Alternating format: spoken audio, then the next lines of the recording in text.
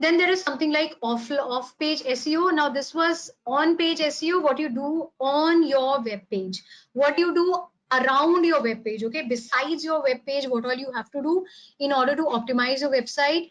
You have to build link influence on search engines. Have you heard of something like domain authority? See, domain authority is essentially a sort of rank that is given to your domain. So for example, for Irizpro, I would have a rank that Google gives me from, it's a relative rank. So it's not like 1 to 100 or 0 to 1. It's not like that.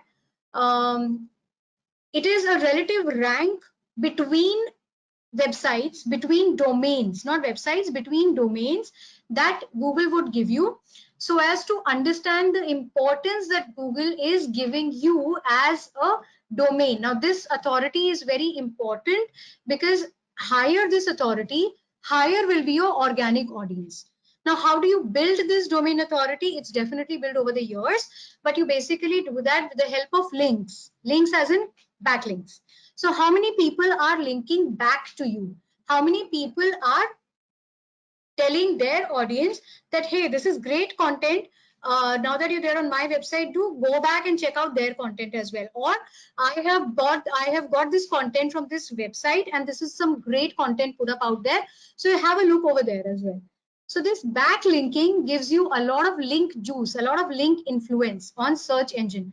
Higher the link juice, higher your SEO ranking would be, and higher your domain authority would be. Off-page SEO also includes social media. So we're talking about Facebook, LinkedIn, Twitter, YouTube, Reddit, Quora, WhatsApp, Bottom, Telegram, everything.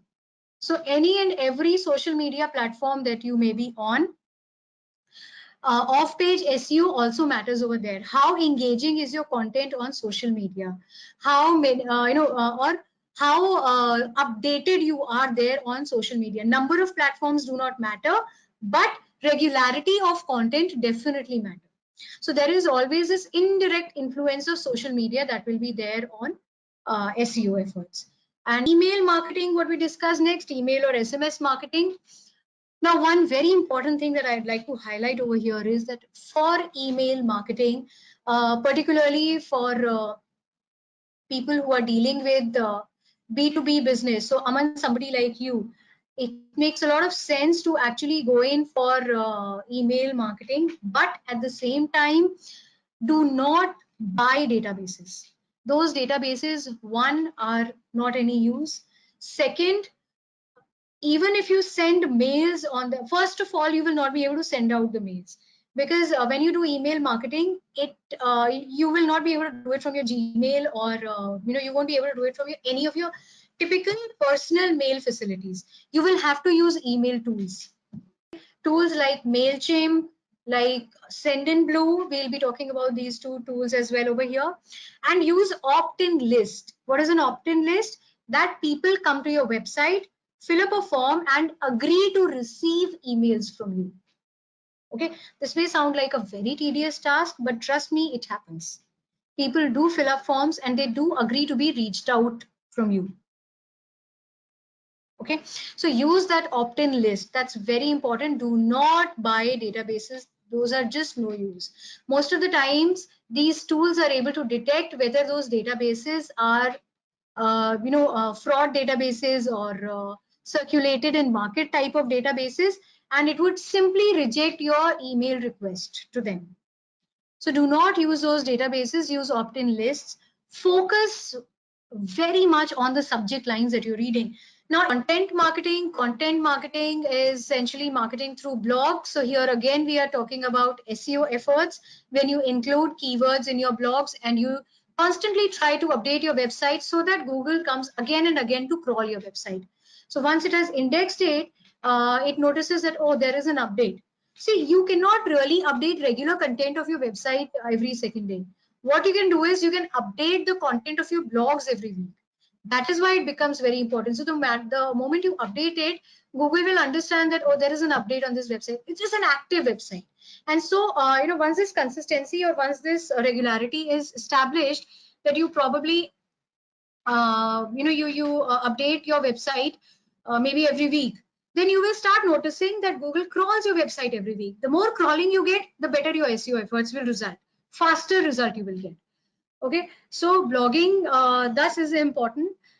These days we're also seeing a lot of vlogs, that's video logs. So a lot of YouTube channels and a lot of videos that we create in order to bring in user engagement, both for our website or for our social media and for our content in general.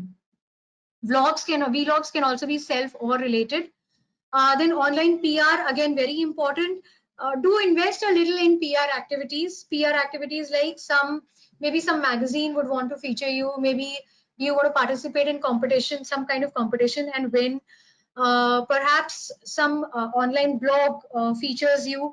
So invest in those PR activities. Those are really critical. Okay, so there are a lot of newsprints, there are a lot of magazines, that is online magazines, which give you this facility. You will need to invest a little, but you can definitely get good return on investment from here. About social media platforms popular in India: Facebook, LinkedIn, Instagram, Twitter, YouTube, as the popular platforms. Okay, Facebook you use when you want to really increase your reach. Okay, because even till date there are maximum people on Facebook that you can target. So whenever you want to have a very wide reach, go in for Facebook. But for Facebook, a few things that you should remember is have a dedicated Facebook page. You do not need to have a dedicated Facebook profile. You can create a page through your personal profile as well. People will essentially see the page only. They will not see that the page has been made through your personal profile. So have a dedicated page first. Build up that page. Okay, so invest 6 months in updating content on that page religiously, and then go ahead and try some paid campaigns through FB. When you do paid campaigns, instead of doing through the page, it makes more sense to log into Facebook Business Manager. What is the benefit of using Facebook Business Manager is that Business Manager gives you access to a lot of other things apart from ads as well. And it gives you detailed analytics of how your ads have been performing. Okay, also you will be able to decide whether you want to have you want to have awareness. It will help you create specific objective based campaigns, like whether you want to go in for an awareness campaign or whether you want to go about doing a kind of what do you call consideration campaigns, like you want leads campaign, or you want people to visit your website, or you want people to fill up some form. So those kind of consideration campaigns, or you want to do closure campaigns, that you simply want to run ads where you want to show your product or service to people and you want people to buy it from there and then. So it will give you this detailed step-by-step procedure, and you will be able to link your Facebook page. So all the content that you're putting up on the page, you can get detailed analytics about that as well. You can do LinkedIn ads through LinkedIn Marketing Solutions. So if you're doing a lot of B2B work, particularly with organizations and companies, LinkedIn is a very good marketing platform, and it has some excellent marketing solutions. The only the only disadvantage of LinkedIn is that LinkedIn is way more expensive than Facebook or Google Ads, and reach may not really be that high, but engagement will definitely be very high. So it's easier to convert. But again, you have to ensure first that your kind of audience is actively involved on LinkedIn. So if you're doing PPC, pay-per-click ads, then you can decide whether you want to run search-based ads, display ads, or video ads. Video ads of Google Ads are run through YouTube only. Besides that, on YouTube, if you have a lot of video content, or if you plan to build a lot of video content, create a channel on YouTube.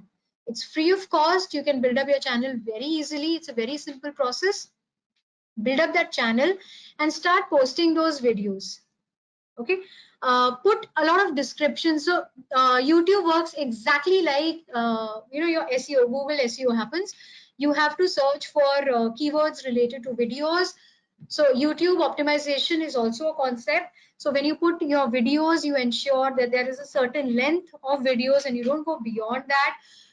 You put keywords. You also tell YouTube whether you want people in a particular region or locality to watch your videos. Okay, and YouTube also gives you very detailed YouTube analytics, so you can track those and you can see how you are engaging with your audience on YouTube. Okay, at the same time, like Instagram, the more you will engage yourself on YouTube, you will find more people will engage with you. Similar is the case with affiliate marketers.